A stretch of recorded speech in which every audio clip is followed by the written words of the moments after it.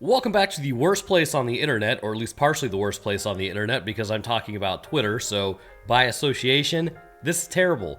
So first things first, I sound like crap. I went to the lake house this weekend with a bunch of buddies and my wife. I think the pollen is screwing with me, so I sound like crap and I look like crap right now. In fact, actually, I feel like I look like that fox that's sitting on the edge of the bed and he looks completely disheveled. That's what I feel like. So a little bit of an update on something real quick. Last Friday, I received a strike on my channel, or a warning, basically, because there was something we were talking about, and it's pretty new information, but this is actual study that was done, and yeah, there's some new information that me and YouTube disagreed on, because mine was based on, actual medical scientific documents, and yeah, somebody just apparently didn't know that was a real thing. So I received a warning on my channel. So we're gonna let's see if we can figure out how to still dunk on people who have really bad ideas without getting more strikes. Because, otherwise, I'm pretty sure within 3 episodes, this channel would be gone. So what we're probably gonna do with that is, if we come across those specific type of tweets, I'm gonna let you read them, because I don't know what the whole misinformation thing was, but apparently it has to be said, which is really stupid. I didn't compose these tweets. These are not my opinions. The only opinion I have is basically what I'm telling them, like, hey, this is stupid. And then it's backed up by actual legitimate facts. But hey, I can be wrong just like everybody else. But with this one, I wasn't wrong. It's a reality that we face, and it just is what it is. So anybody who saw that episode knows what the reality is that we face, but we're gonna move on. Okay, so read the first tweet. I would read it for you, but apparently there's somebody over there that's just not paying attention to the actual statements I'm using. So this guy didn't want to get it, whatever, but I was with someone for 4 months who was. Now there's blood in my swimmers. Bro, that sounds like something else.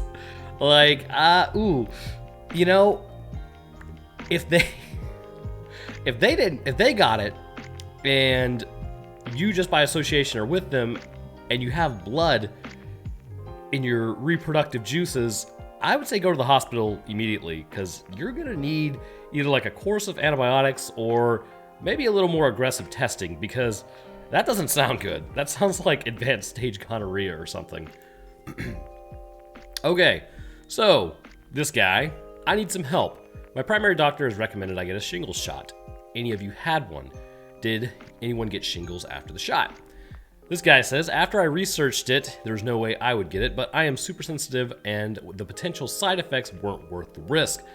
I have a naturopath and a homeopathic doctor if this should happen. So basically somebody who's not going to do anything for them. They have alternative ways to deal with it. No, they don't. Okay, so for everybody that doesn't know, if you've ever had the chickenpox, and actually I missed the boat on the chickenpox vaccine by a year or two, right? In fact, my wife was born in 96, I was born in 92, I'm old, and she actually got the chickenpox shot. In fact, actually, when did the chickenpox vaccine come out? 1995, yeah, so I missed it by just a couple of years, because I think I had, if I recall correctly, I had chickenpox in literally 1995, so that sucks. But the reality of that situation is this. If you have the chickenpox if you have chickenpox the natural way, that virus still lives inside of your body. It's just sort of dormant. It's essentially a herpes virus. So, shingles is basically a presentation of it later in life, and it can be dangerous. In fact, I don't know if anybody knows P90X, but Tony Horton actually had, if I recall correctly, shingles in his inner ear, right? And it gave him terrible vertigo. He thought he was gonna bite it because of that, and it was just a bad situation. I also know another guy who has gotten literally a shingles outbreak inside of his brain, and they thought it was actually a muscular disease. So it's not something to play with. In fact, just so we all know, I'm gonna be getting the shingles shot because I don't wanna play with that in the future. Now, there's this whole thing, right, about, we'll just be a naturopath and homeopathic medicine. Look, dude, homeopathic medicine works if you've got a cold or the flu and it's not really, really bad. For everything else, go to a doctor. If you want it fixed, go to a doctor. If you don't want it fixed, go homeopathic and naturopath. Now, I'm not saying there's not teas you can drink which can make you feel better, or certain, like eating healthier isn't going to help the situation, but it's not that it's natural, it's that it's just a better way to eat and like giving your body nutrients that it needs. So, but then you start kind of treading into terrain theory with that, which terrain theory is interesting, but it just doesn't make any sense. Let's see here. LOL, anyone under this post who thinks body count is a factor is a simpleton. A thread, reasons why an individual's body count does not matter. So here's the thing. For some people, yeah, body count does matter. And you know what we call those?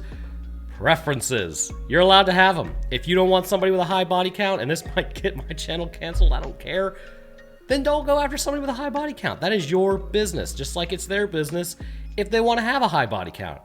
So this guy, though, is an idiot. You obviously haven't heard of telegony. It's simple biology. No, it's not. Men give DNA, women receive DNA. Yeah, if you're a plant, that's how that works. Like, it has never been recorded in complex animal life, such as like with humans, mammals, and all that good stuff, that women somatic cells receive DNA from male cells. It does not work that way. The only DNA you're giving is sperm, and the only way she's receiving DNA is in an egg, because that's what it's set up to do. Anything else, any somatic cell that already has all of its chromosomes and all of its genetic material set out is not going to be like, oh, well, here's some new DNA. Why not just use this? That would be so dumb. Like, somebody in my comments the last video were like, I'm surprised we haven't like created a flood supercell at this point from somebody just receiving all this DNA. It just doesn't make any sense. I know I gotta stop saying it doesn't make any sense. It's because that's gonna lose all power in my videos. But the reason it doesn't make any sense is because if you had a cell, right, and it just absorbed genetic information from anything that it touched, how would that help a cell survive, right? It wouldn't. And, you know, you might be able to use the counter argument of, oh, well, you know, conjugation in bacteria. If a cell dies and another bacterial cell comes by and picks up that genetic information, why can't our cells do it? Because our cells are not programmed to do that. Good Lord. Okay, still don't know why West hasn't caught on to turmeric yet. It is a natural vaccine for Alzheimer's and cancers. There is a reason why Asian people, especially South Asians, suffer less from both. So here's the funny thing about this guy. Southeast Asia accounts for literally half of the world's cancer rate. Now, the reason for this is there's a lot of people there, right? So, yeah. But if turmeric was obviously as natural vaccine to Alzheimer's and cancer, well, then it should be lower. It should show that it's lower, but that's not the reality that we see. So, next one. My problem with criticism of Western or modern medicine is that I've never seen anything work better. Even when the criticism is valid, there doesn't seem to be an alternative that isn't littered with BS. This is true. There's a lot of valid criticisms. For instance, why do we pay so much? And it's probably because there's a ton of administration in hospitals and the amount of doctors hasn't really gone up that much. So there's a lot of criticisms that are well-founded, but it's always the same thing. Somebody's always like, well, there'll just be a naturopath then. Here, eat this blade of grass from outside. It'll cure your hay fever. It's like that, no. So anyways, fair point. However, many traditional societies, always good when there's misspelling in that, never had a word for depression. The concept was incomprehensible to them. No, that actually wasn't. So many people today live on antidepressants, a sad reality of our modern cutthroat world. Modern medicine gives you quantity, not quality of life. That's not true at all. In fact, actually, people on antidepressants who are legitimately depressed would completely disagree with you that their quality of life hasn't gone up as a result. Depression's a very real thing, and it didn't just form in the last, 50 years. Now, just because you don't know how to quantify something and you don't know what it's called doesn't mean it doesn't exist. Because guess what? Back during the bubonic plague, where people were dropping left, right, and center, everybody thought God was mad at them because we didn't know about Yersinia pestis. So if everybody thought God was mad at them and they're praying their hardest, just because you don't know a bacteria is causing it doesn't mean it makes it any less of a reality. It's just based on what you know. Just because you don't know something doesn't mean it doesn't exist. Aliens, for instance, right? We don't know if they're there. I mean, some people would say we do. I mean, just by literally probability they're out there, but that's an entirely different thing. The reality is that just because we don't know as a species doesn't mean it doesn't exist. This is a point I see all the time, like, well, if ancient cultures couldn't figure it out, like, dude, no, just stop. Okay, I'm gonna have to like zoom in on this one, and it's probably gonna be like 360p quality for you guys. Biological fluid retention cures depression. Generally, men suffer from depression more than women. Various science institutions have come to the conclusion that biological goo possesses antidepressant properties. Experiments were done with women suffering from depression. Those who had the horizontal mambo with condoms stayed depressed or got worse. Those that had sex without protection got cured. The same results were found in other forms. This discovery therefore means that depressed men can cure their depression simply by stopping the release of their biological goo, which explains why men do semen retention for very long periods, show tremendous signs of joy and happiness because semen is an antidepressant. Actually, no. So this goes back to the whole concept of your reward system being hijacked by images online, right? There was this study that apparently was done, which is actually complete crap if you look into it. In this study, it stated, oh, well, if men, go and make themselves happy 28 times a month, then, I think, was it prostate cancer lowers, which that's not true at all. It does not need to be that much. On top of that, they were saying, well, there's no issue with images online and looking at them. What we actually know is it burns out your dopamine receptors, the reward system in your brain. So if you do that enough, you actually can become depressed because it screws with your brain chemistry. Now, there are benefits to quitting looking at stuff online. Like tons of benefits. If you're anxious, like socially with people, if you feel vulnerable, and then this is not an end-all catch-all, oh, you'll never feel vulnerable again, oh, you'll never be anxious again. But there are benefits to stopping looking at that crap. But you don't have to do biological, what is it, Butter's creamy goo retention just to not be depressed. So, moving on. The best 6 doctors: sunshine, water, rest, air, and exercise. Now, okay, so this is something that kind of gets a bad rap because a lot of people say, oh, well, that's not a medicine, right? So it can't fix anything. But the reality is, yeah, those things actually can. It's basically a foundational issue, right? If you get sunshine, right, you're getting vitamin D.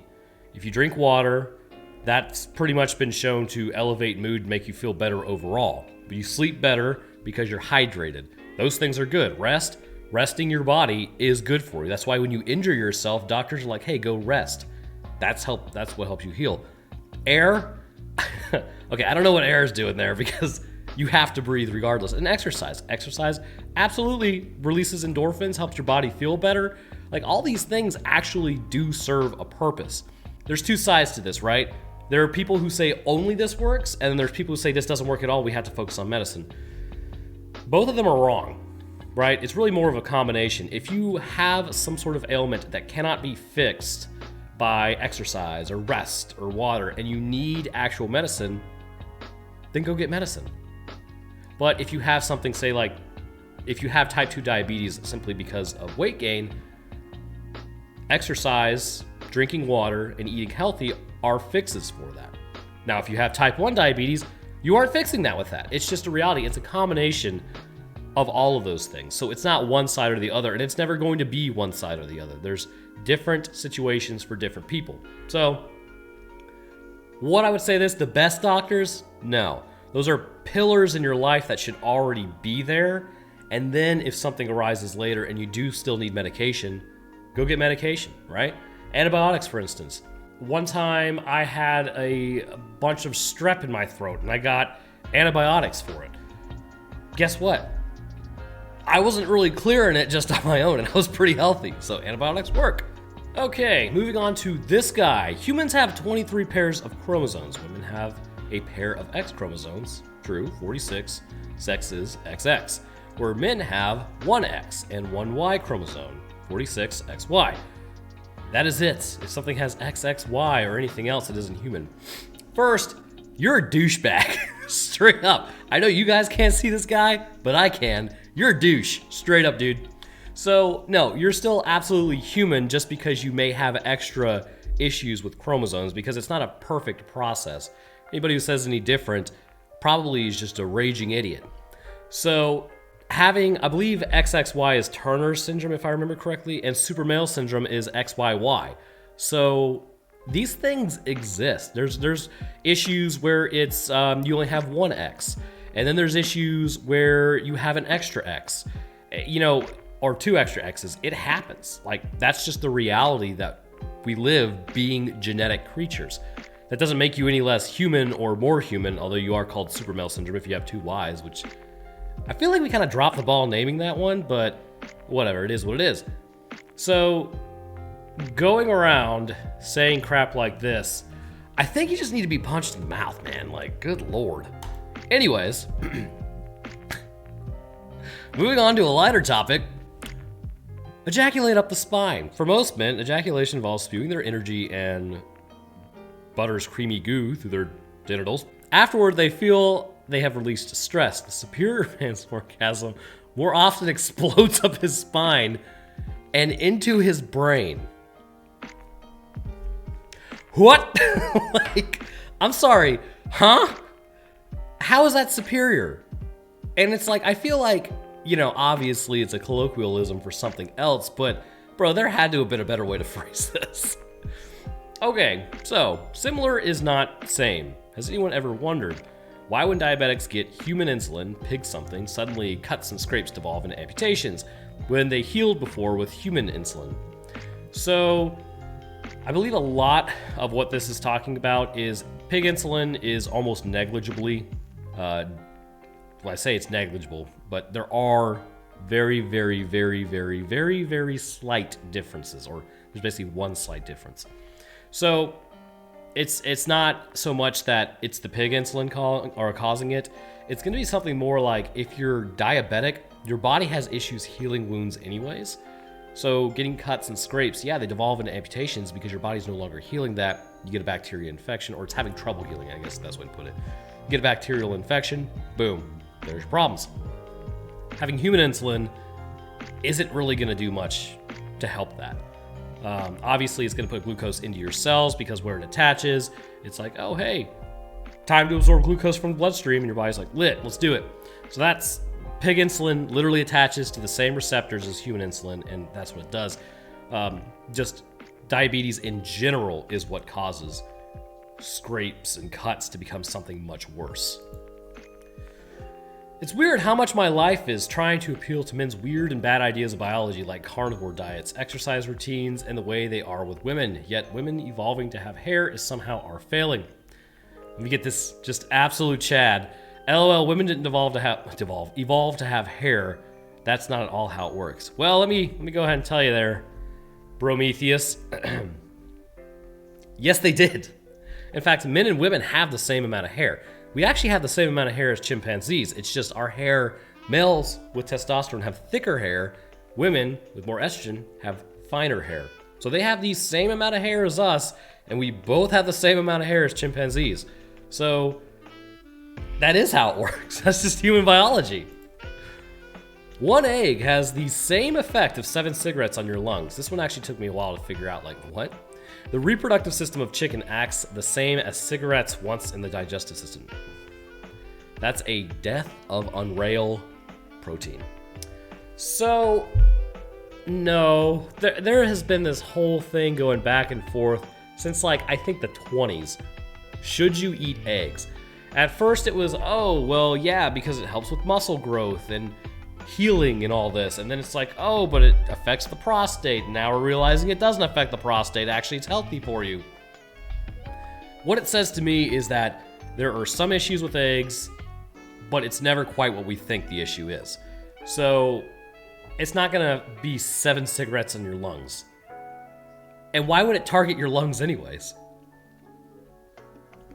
Anywho, if you can't produce testosterone on your own, you are a female still, LOL. Right out of the gate, one sentence in, women still produce testosterone. I can get a nose job, that doesn't make me cute. No, I think your personality is really your biggest problem. But so both male and female produce testosterone, just like both male and female produce estrogen. That's a reality. That's what our bodies do. Is this guy walking around thinking that women only produce estrogen and men only produce testosterone? Like, it's always somebody who doesn't have like any concept of biology. I feel like they just write the dumbest things. If celebrities start turning into zombies, it's because of something reacting to the adrenochrome in their system. They're already cannibals. Some I'm watching have turned even more satanic, males turning homosexual after the shot. Look for the one eye of Horus. This appears to be a mental breakdown. I'm just going to point that out right out of the gate. Are celebrities eating each other? Who's to say? I don't know. I'm not a celebrity. What is an eye of Horus? I'm sure I can look it up, but the only thing I know about Horus is the Horus heresy or whatever that is from 40K. So I'm sure I don't care. Oh, and then, okay, so I said I was going to start incorporating TikToks. Got one. This guy right here. So this goes back to the same thing it always has been, right? Oh no, look at the contrails from a plane. They're obviously seeding the sky and nobody wants to talk about it. No, dude. It's literally water vapor. What would be the purpose of seeding the sky like that? Because I just gotta throw something out there for you. The people who would be approving that are still breathing the same air as us. But this man in particular appears to think it is a viral origin, and that's why we're all getting sick, which it's just, my God. No, it's just water vapor. That's literally all it is. Well, probably water vapor and also some, like, you know, after combustion in a jet engine, you have exhaust. But yeah, it's, what would be the purpose of seeding the literal sky with a bunch of crap that just floats around? Well, I mean, I guess we do it with, you know, pollutants, but no, we're not going to seed the sky with viruses and bacteria just for funsies. And then the people who literally approve this of happening are like, oh, whoops. Well, you know, now that we have to deal with it too, along with the rest of our families, this seemed like a really good idea. But that's just ignorance to the highest caliber. Who knows? I'll never be able to understand why anybody would have this thought process, but that really doesn't matter, I suppose. But I do want to thank you guys for watching. If you enjoyed, leaving a like would be fantastic, and subscribing is a great way to stay up to date on when I post these things. I really am enjoying these. We'll see how long the channel lasts, because I swear, man, I find the most hypocritical nonsense. It's just like I'm like a magnet for it, so whatever. What are you gonna do? That's life. Anyhow, like I said, thanks for watching, guys. I hope everyone enjoyed. I'm sorry I sound like crap. Hopefully the pollen will stop at some point in my life, but that's probably not gonna happen until May, so I'm gonna sound weird on my main channel too. So I hope everyone has a good day. Don't party too hard, and I'll see everybody in the next one.